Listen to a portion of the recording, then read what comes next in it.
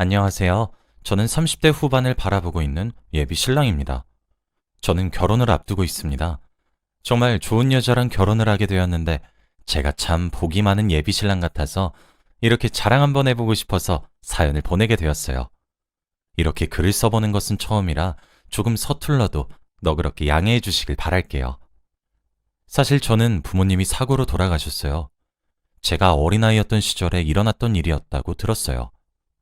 저희 부모님은 비가 억수같이 쏟아붓는 그날 고속도로를 운전하고 있었는데 빗길에 과속을 하던 트럭이 중앙선을 넘어 저희 부모님의 차를 순식간에 덮쳤고 그것을 시작으로 큰 규모의 추돌 사고가 일어나게 되었습니다. 뉴스에 나올 정도로 커다란 사고였다고 하셨죠. 그때 저는 다행히도 외할머니 댁에 맡겨진 상태였고 저희 부모님은 그만 그 자리에서 바로 돌아가시게 되고 말았습니다. 저는 하루아침에 부모를 잃은 것이죠. 그게 제 나이 4살 때 일어난 일이었습니다. 저에게는 할아버지들이 없었고 외할머니와 친할머니만 계셨어요. 갑자기 생긴 비보에 할머니들은 부랴부랴 장례식장에 갔고 저도 그렇게 부모님의 마지막 가시는 길을 봤어요. 자식을 먼저 보내신 할머니들은 제정신이 아니셨다 하시더라고요. 하필 저희 부모님 두 분 다 외동아들과 외동딸이셨거든요.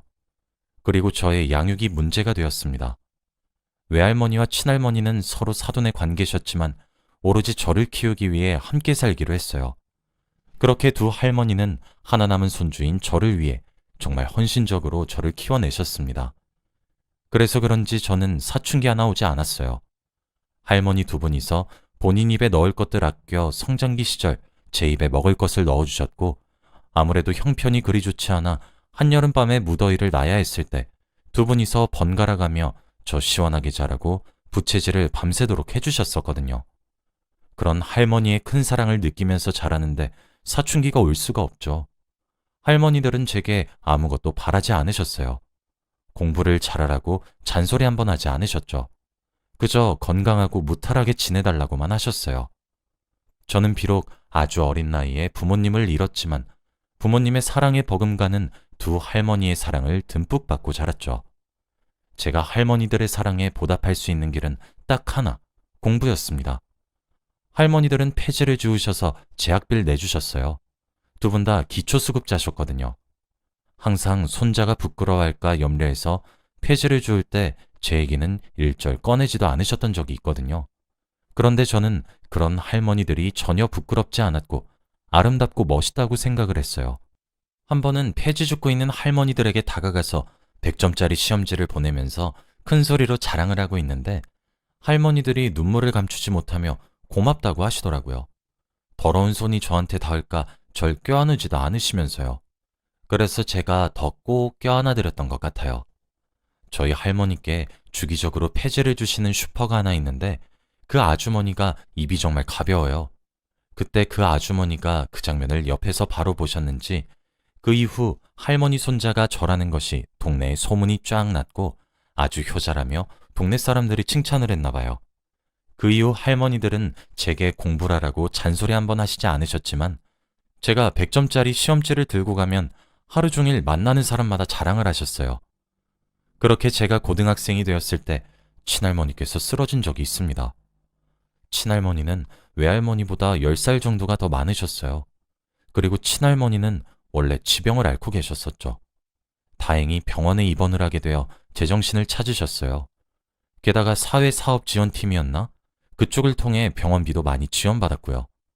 그러나 검사 결과 친할머니는 암에 걸리셨다고 의사 선생님께서 말씀하셨죠.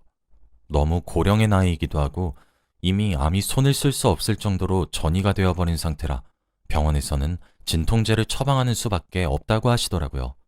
세상이 무너지는 기분이었습니다.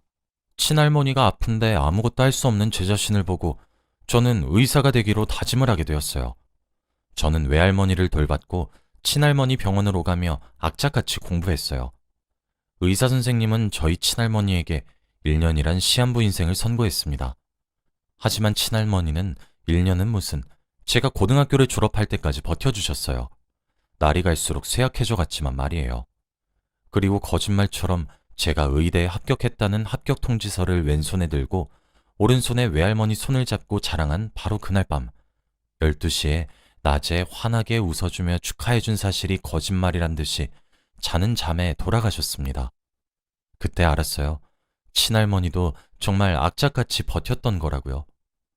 그렇게 저와 외할머니는 하나 남은 가족을 그렇게 또 보내야 했어요. 제가 서울에 있는 명문대 의대에 합격을 하게 되면서 외할머니는 그 동네를 떠나 절 따라 올라오셨어요.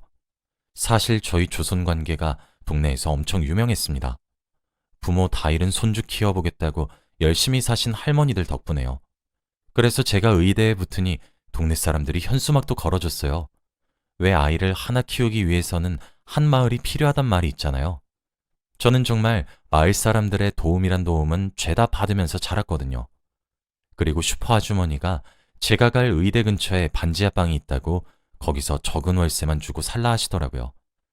대신 월세를 적게 내게 해주는 대신 할머니 호강시켜드리라고 으름장 놓으면서요.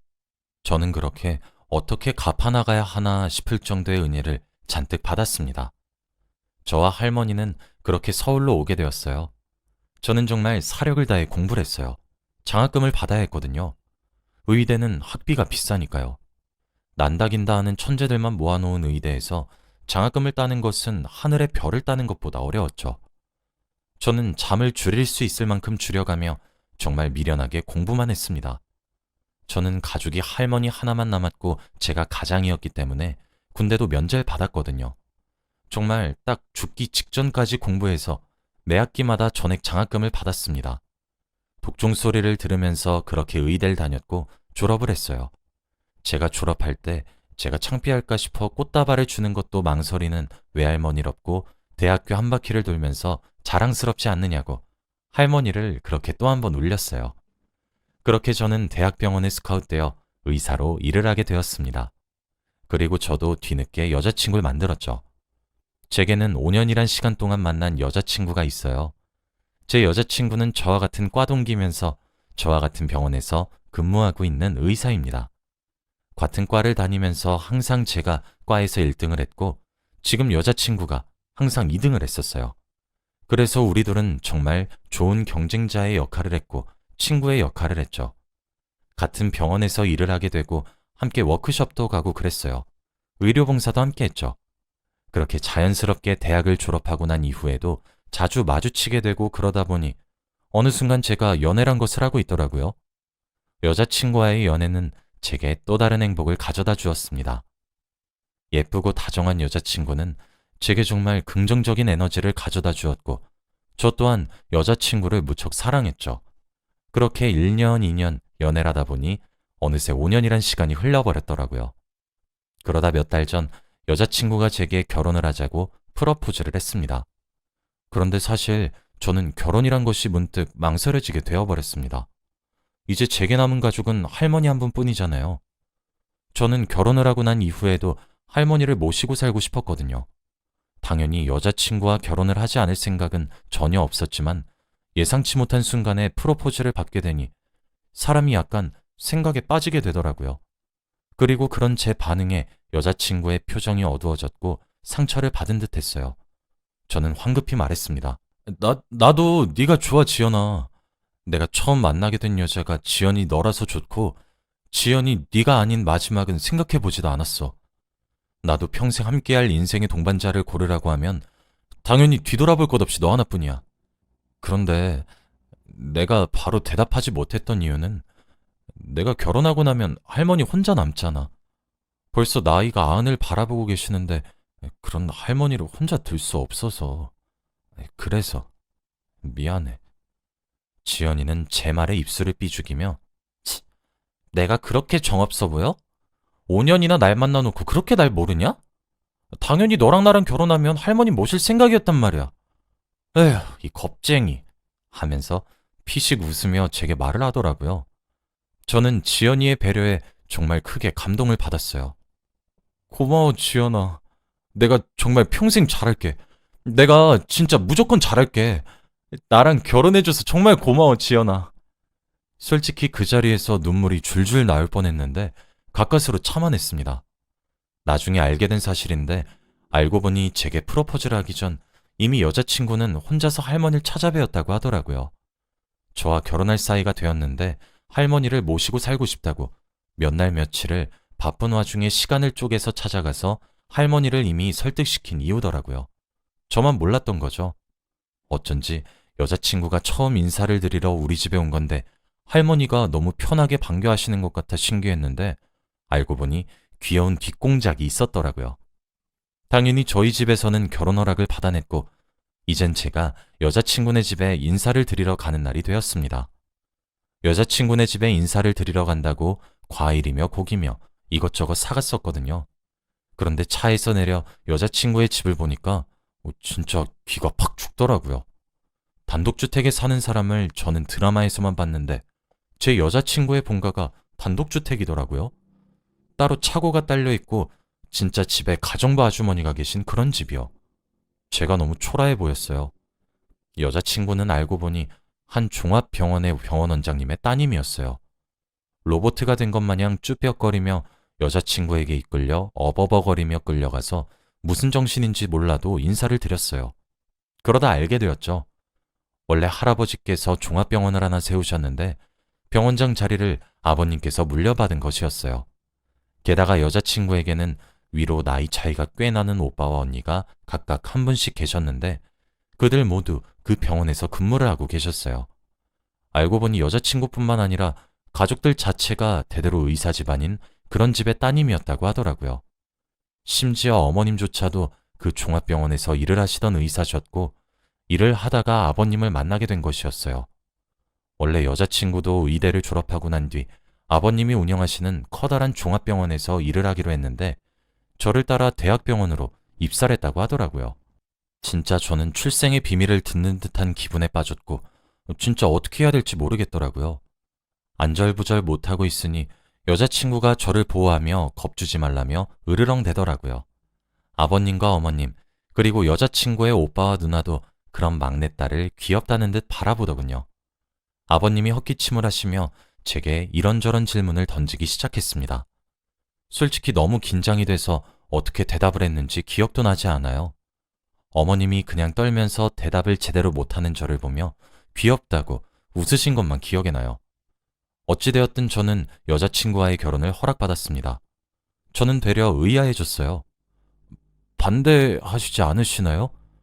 저는 부모님이 사고로 돌아가셔서 할머니 손에 컸어요. 저는 지연이처럼 가진 것이 많은 사람도 아니고요. 물론 그게 제게 부끄럽다는 뜻은 전혀 아닙니다. 저를 이렇게 훌륭하게 길러내신 할머니는 제게 하나뿐인 가족이며 자랑스러운 사람이니까요. 그렇지만 아버님과 어머님께서 상상하시는 것보다 저는 무척 가난해요. 그런데 반대하지 않으세요? 라고 저는 질문을 던졌어요. 아버님이 하며 턱을 쓰다듬다가 제게 이야기를 하더라고요. 그럼 자네는 우리가 결혼을 반대하면 지연이와 헤어질 건가? 아니요, 당연히 아니죠. 제가 허락을 받기 위해 좀 더 노력할 겁니다. 그래서 허락하는 거네. 그동안 지연이한테 자네 이야기 아주 귀에 딱지가 않도록 들었어. 요즘 세상에 자기 가족 하나 먹여 살리겠다고 그렇게 희생하며 사는 사람들이 어디에 있나? 그리고 그렇게 희생한다고 해서 다 자네처럼 줏대 있게 성공하는 것도 아니네. 나는 자네에게 돈도 가족도 아무것도 보지 않았어. 자네의 미래를 봤지. 지연이가 너무 좋아해서 허락하는 것도 있지만 자네는 지연이를 잘 챙길 것 같아. 그래서 결혼을 허락하는 거고. 그리고 오늘 물어보기 전 이미 지연이한테 익히 들어서 알고 있어.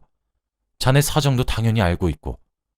나는 오히려 자네가 이렇게 솔직하고 겸손해서 더 마음에 드네. 그리고 나도 우리 집사람도 자네를 이렇게 훌륭히 키운 할머님을 존경해. 그 말을 듣고 순간 저는 제 자신이 조금 부끄럽고 한심하게 느껴졌습니다.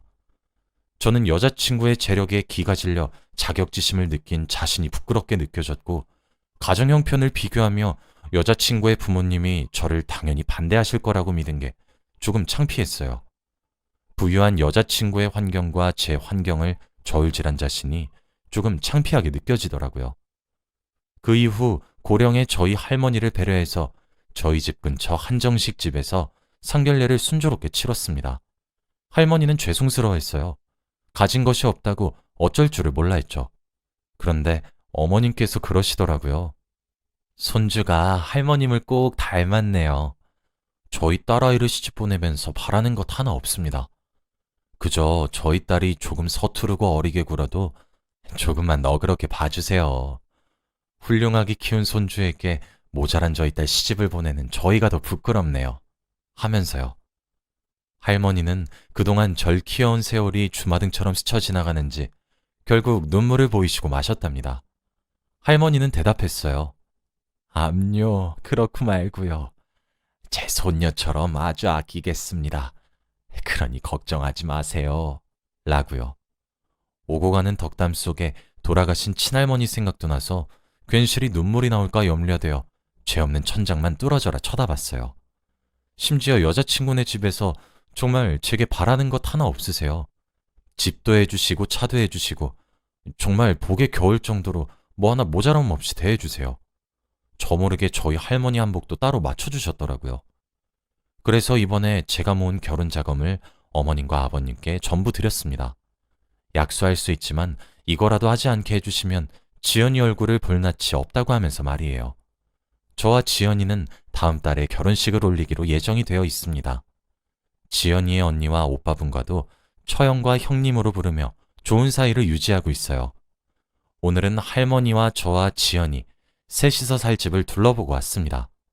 작은 마당이 딸려 있고 다리가 불편하신 할머니는 1층을, 저희 부부는 2층을 사용할 수 있게 지어진 아담하고 예쁜 주택이었어요. 할머니는 제 덕에 이런 복에 겨운 곳에서도 살아보게 되었다며 한참 동안이나 지연이를 붙잡고 우셨고 지연이에게 고맙다고 줄 것이 없어 미안하다고 하셨어요. 지연이도 이제 할머니에게 할머니 하면서 애교 있게 잘 대하는 것을 보면 참 가슴이 따뜻해집니다. 저도 이제 행복하게 제 가정을 꾸릴 수 있을 거란 생각에 제 미래가 기다려집니다. 숨가쁘게 달려왔는데 죽어도 여한이 없다고 혼잣말 하시는 할머니를 보고 있으면 제가 자랑스러운 손자였다는 사실이 뿌듯하게 제 가슴을 부풀게 만들어요. 오늘 할머니가 그러시더라고요. 나중에 명의 다해 저승에 가서 저희 부모님과 친할머니를 만나면 저를 아주 훌륭하고 멋있는 의사 선생님으로 키워냈다고 자랑할 거라고 말이에요. 제가 손주 며느리도 보셨으니 증손주도 꼭 봐야 한다고 신신당부를 했습니다. 할머니는 언제까지 살아있어야 하냐며 껄껄 웃으셨죠. 할머니는 제가 결혼을 하게 되면서 마음의 짐을 덜어낸 것처럼 보입니다. 아마 본인이 먼저 죽고 사라지면 혼자 남을 제가 무척이나 걱정이 많이 되셨나 보더라고요. 저는 할머니가 언제까지 제 곁에 남아주실진 여전히 모르겠지만 그래도 살아계신 한 할머니께 효도를 다해보려고 합니다. 어쩌면 먼저 돌아가신 저희 부모님과 친할머니가 천사 같은 지연이를 제게 보내신 건지도 몰라요. 정말 이렇게 이쁘고 착하고 배려도 잘하고 멋있는 여자가 제 아내가 될 사람이란 사실이 저는 아직도 믿기지가 않습니다. 여기까지가 제 이야기였습니다. 결혼을 앞둬서 그런지 누구든 붙잡고 제 이야기를 한 번쯤 해보고 싶었어요. 그러다 이렇게 사연을 쓰게 되었습니다. 긴 이야기를 들어주셔서 감사합니다. 여러분들도 오늘 행복한 하루 보내시길 바랄게요. 감사합니다.